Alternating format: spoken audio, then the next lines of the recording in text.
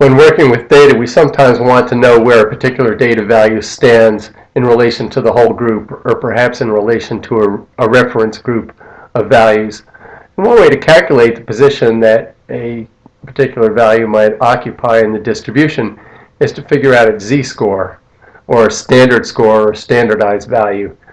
This indicates the number of standard deviations that a given value, x, is above or below the mean. And it's pretty simple to calculate. This is the formula for it. To find the z-score for the value of x, we just subtract the mean from the x value and then divide that difference by the standard deviation of all the x values. Here's an example. Suppose we have a distribution where the mean is 40 and the standard deviation is 5. If you have an x value of 48, then you can calculate the z-score that corresponds to this by using the formula. Z equals x minus x bar divided by s. Plug in 48 for x, 40 for x bar, 5 for s. 48 minus 40 is 8. 8 over 5 is 1.6. And that tells you that the score, x equals 48, is 1.6 standard deviations above the mean of all the data values. So that gives you an idea about where this particular value stands relative to a typical value, that is the mean, in terms of standard deviation units. These are these z-scores, if you think about it, whatever unit x is measured in, x bar will be measured in the same unit, and s will be measured in the same unit. And all the units that would be involved in these three quantities are going to cancel out when you calculate the z-score. So the z-score is a pure number, but you can think of it in terms of standard deviation units. The z-score of 1.6 indicates 1.6 standard deviations above the mean. Here's another example. Suppose from that same distribution we have a score of 36. Well, the z-score here is going to be x bar minus x bar over s. Plug in 36 for x, 40 for x bar, 5 for s. 36 minus 40 is negative 4. Negative 4 divided by 5 is negative 0.8. And that tells you that 36 is 0.8 standard deviations below the mean. Anytime you have a positive z-score, your x value is above the mean. Anytime you have a negative z-score, your x value is below the mean. Z-scores are really useful for making comparisons. If you're trying to compare two data values that come from different data sets, z-scores are really useful for making these kinds of comparisons. In a way, they allow you to compare apples and oranges.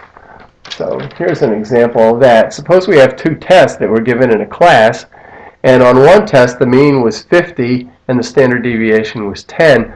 On the other test, test B, the mean was 20 points, standard deviation was 5. You might be interested in knowing which is a better score, a 65 on test A or a 29 on test B. 29 clearly looks lower than 65, so that looks like a worse score. But if we were to standardize these values of 29 and 65, we might get a different impression. For instance, on test A, this value of 65 has a z-score of 1.5. On test B, this value of 29 has a z-score of 1.8. So relative to their particular groups, the 29 on test B is the better score.